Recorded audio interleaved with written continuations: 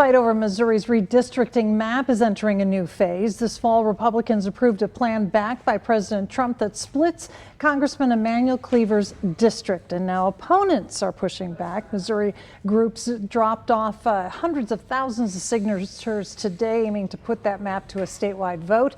And KMBC9's Eric Graves is getting the facts and talking with people on both sides about what this means for the future of Missouri's congressional districts. It's a complicated system that tells a lot more steps that we don't even really know about yet, but it's really just the start. Multiple legal challenges from both the Secretary of State and Attorney General's office about the signatures and if this map can even be brought to a vote of the people. Missouri group People Not Politicians is confident, though, it will be on a ballot next year.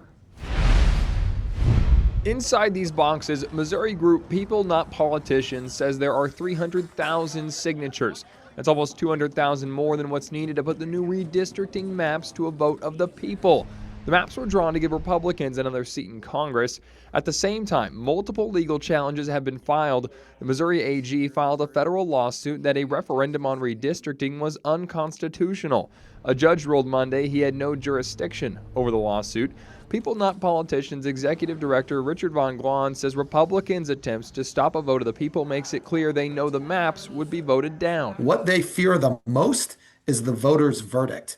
And that is why they continue to take steps to try to avoid a vote from even happening. The Missouri Attorney General's office says the new congressional map will not be frozen unless and until the Secretary of State certifies that referendum.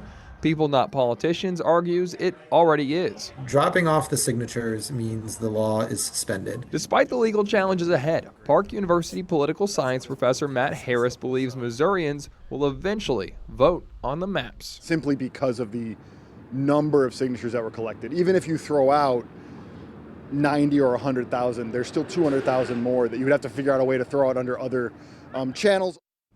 The next steps have already started here. It involves the Secretary of State counting and sorting the signatures, which will then be sent to local election offices to be verified. But it's very tough to say when we'll actually know if those maps will be on the ballot. So it's a story we're going to continue to follow very closely. And right now, Missouri, Ohio, and North Carolina have approved map changes to give Republicans an edge. California has changed its map to give Democrats an edge, and states like Indiana are drafting maps, but none of those have been finalized.